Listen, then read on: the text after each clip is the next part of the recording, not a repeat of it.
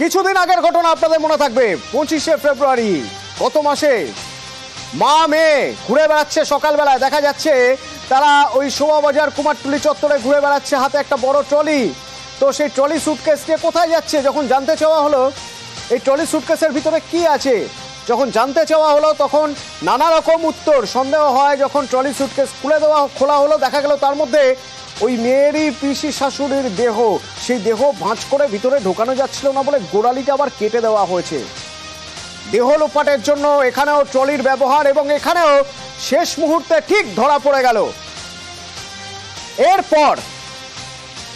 এরপর আবার একবার ট্রলিতে দেহ যা পাওয়া গেল গতকাল ঘোলায় মহিষপোতা থেকে। গাড়ির ডিকি খুলে দেখা গেল একটা ট্রলি সুটকেস, আর সেই ট্রলি সুটকেসে দেখুন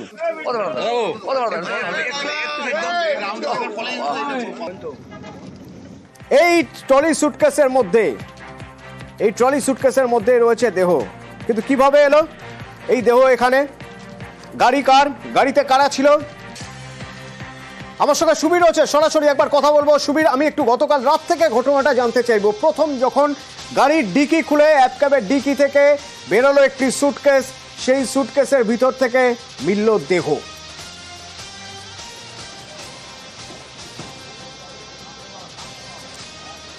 দেখো অতনুদা, তোমাকে জানিয়ে রাখি, গতকাল রাত্রিবেলা ঠিক 9:45-এ এই যে অ্যাপ, সেই গাড়ি কিন্তু মহিষপোতা, ঘোলা থানার অন্তর্গত মহিষপোতা যে এলাকা, সেই খেবলি খাল, সেই খালের সামনে কিন্তু কল্যাণী এক্সপ্রেসওয়ের ধারে কিন্তু এসে দাঁড়ায়। এবং সেই জায়গা থেকে নাগের বাজার থেকে এরা অ্যাপ ক্যাব ভাড়া করে এই যে অভিযুক্ত রয়েছেন, তো তারা কিন্তু সেখান থেকে আসেন এবং আসার পরে অ্যাপ ক্যাবের যে লোকেশন, সেই লোকেশন দেওয়া হয় নিমতা পর্যন্ত। কিন্তু যখন এখানে লোকেশন বন্ধ হয় তখন সেই অভিযুক্ত তাকে চালককে বলে যে লোকেশন সেখানে বন্ধ করতে এবং সেখানে বেশি টাকা দেবে কিছুটা দূরে যাওয়ার জন্য। তারপরে কিন্তু সেখান থেকে কল্যাণী এক্সপ্রেসওয়ে দিয়ে মুড়াগাছা ব্রিজ পার করে সেই জায়গায় কিন্তু তারা দাঁড়ায়। এবং দাঁড়ানোর পরে যে চালক রয়েছেন, সে চালক যখন 10 মিনিট অপেক্ষা করেন, তখন সে চালক তাদেরকে বলেন যে 10 মিনিট হয়ে গিয়েছে, আপনারা নেমে যান, আমার ভাড়া আছে। তারপরে কিন্তু তাদের সঙ্গে বচসা হয়, তর্কাতর্কি হয়। এবং সেই জায়গা থেকে যখন ওই বচসার কথা যখন তুমি বলছো, আমি একটু জানবো, সুবীর একটু সঙ্গে থাকো, আমি একটু শুনবো ওই অ্যাপ ক্যাব চালকের বক্তব্য সেই সময়ের কথা তিনি যখন বলছিলেন সংবাদ মাধ্যমের সামনে। যখন এই ল্যাগেজটা উঠায় তখন ল্যাগেজটা ভারী, ওরা দুজনে তুলছে। আমি বলছি ভাই ল্যাগেজে কি আছে? বললো কুর্তি। কুর্তি এত ভারী হয় না তো, ড্রপ লোকেশন এখানে। আমি বলছি ভাই কুর্তি নিয়ে এখানে কি করবে তুমি এই রাত্রেবেলা? বলে এখানে কোথায় আশেপাশে ফ্যাক্টরি আছে, বন্ধু থাকে, সেখানে যাচ্ছি। দুজনে আমার নামালো, ভাড়াটা ক্লিয়ার করলো। তখন আমি বলছি কি আছে আমাকে একটু খুলে দেখাও তো, এত ভারী। দেখাতে রাজি না। এ বলছে তোমার কিছু লাগলে পয়সা নিয়ে তুমি চলে যাও। পয়সা দিতে চাইছে কেন? কি আছে এর ভিতরে? পুলিশ সিম্পল আমি দেখতে পেয়েছি, রাস্তার মাঝখানে গিয়ে আটকালাম, এদিকে দৌড় মারছে। আমি দৌড় মেরে গিয়ে ওকে পাজা করে ধরে, আমার ফোনও ভেঙে গেছে ওকে পাজা করে ধরতে। যখন স্যারেরা আসলো তখন স্যার এসে একটা চেন খুললো, খুলেই এই দেখে বডি পড়ে। কি ভয়ঙ্কর অবস্থা একবার ভাবুন তো। এই বডি কার? এই দুজন তাকে খুন করেছেই বা কেন?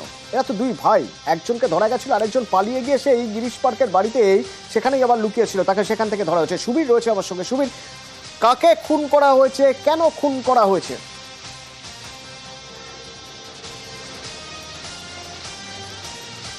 দেখো, এই ভাগারাম দেবাসী বলে যাকে খুন করা হয়েছে, সেও যেমন রাজস্থানের বাসিন্দা, তেমন এই যে দুইজন অর্থাৎ অভিযুক্ত যে রয়েছে তারাও কিন্তু রাজস্থানের বাসিন্দা।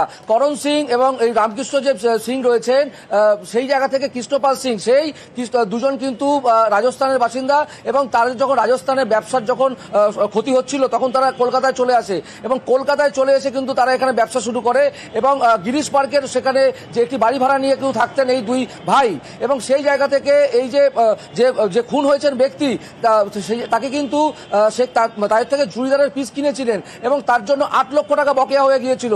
এই 8 লক্ষ টাকার জন্যই কিন্তু এই ধরনের ঘটনা।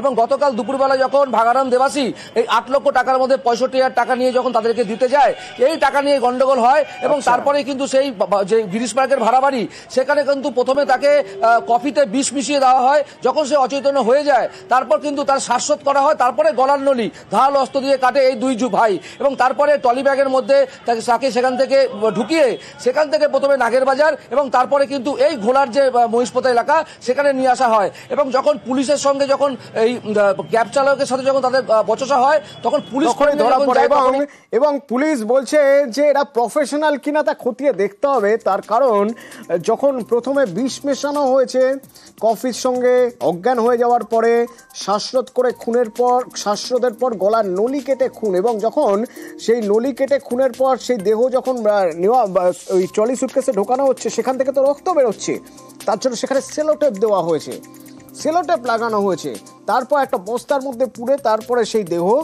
ঢুকানো হয়েছে ট্রলি ব্যাগে। এরপর কি করলো?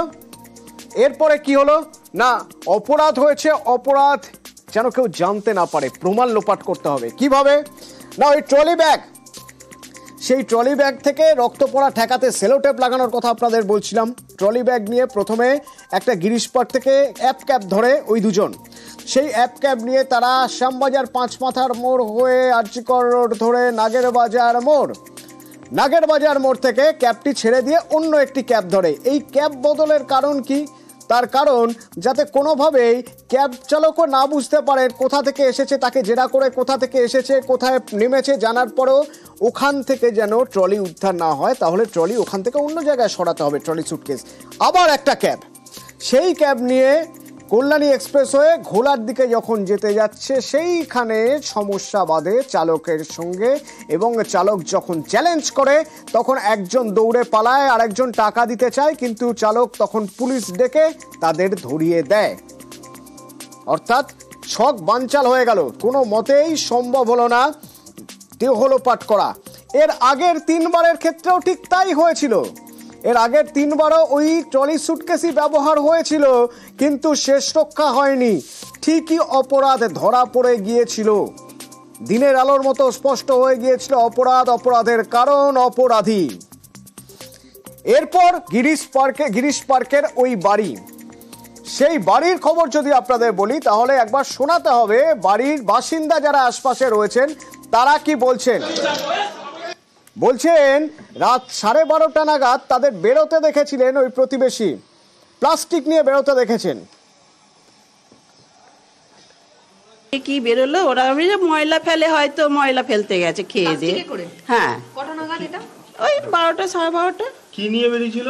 প্লাস্টিক, বড় প্লাস্টিক ছিল হাতে, এই যেরকম নর্মাল প্লাস্টিক থাকে ওরকম। ট্রলি ফলি দেখেছিল? না না, এবার আমি এখানে বাসন মাজি, দেখছি বেরোচ্ছে, ঢুকছে, আমি ময়লা ফেলতে হয়তো যাচ্ছে, ওরা তো যায় রাত পর্যন্ত, খেতেও যায়।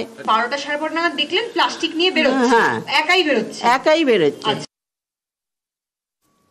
বেশ কিছু বক্তব্য এখানে উঠে আসছে, বেশ কিছু বক্তব্যে হয়তো অসঙ্গতি থাকবে যারা ধরা পড়েছে তাদের বক্তব্যে, কিন্তু একটা জায়গা খুব স্পষ্ট, এই কৃষ্ণপাল সিং আর কিরণ সিং আদৌ এখানে ভাড়াটে ছিল না।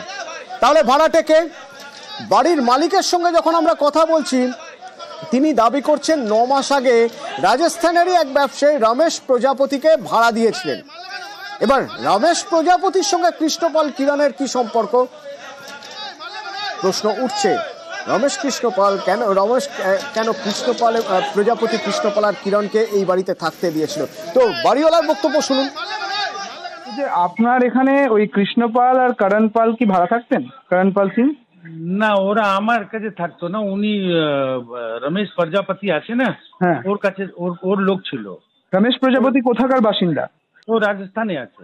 আচ্ছা, কতদিন আগে আপনার কাছে ভাড়া নিয়েছিল? আমার 9-10 মাস হয়ে গেছে। এগ্রিমেন্ট করেছিলেন? হ্যাঁ হ্যাঁ। কার নামে এগ্রিমেন্ট ছিল? রমেশ প্রজাপতি।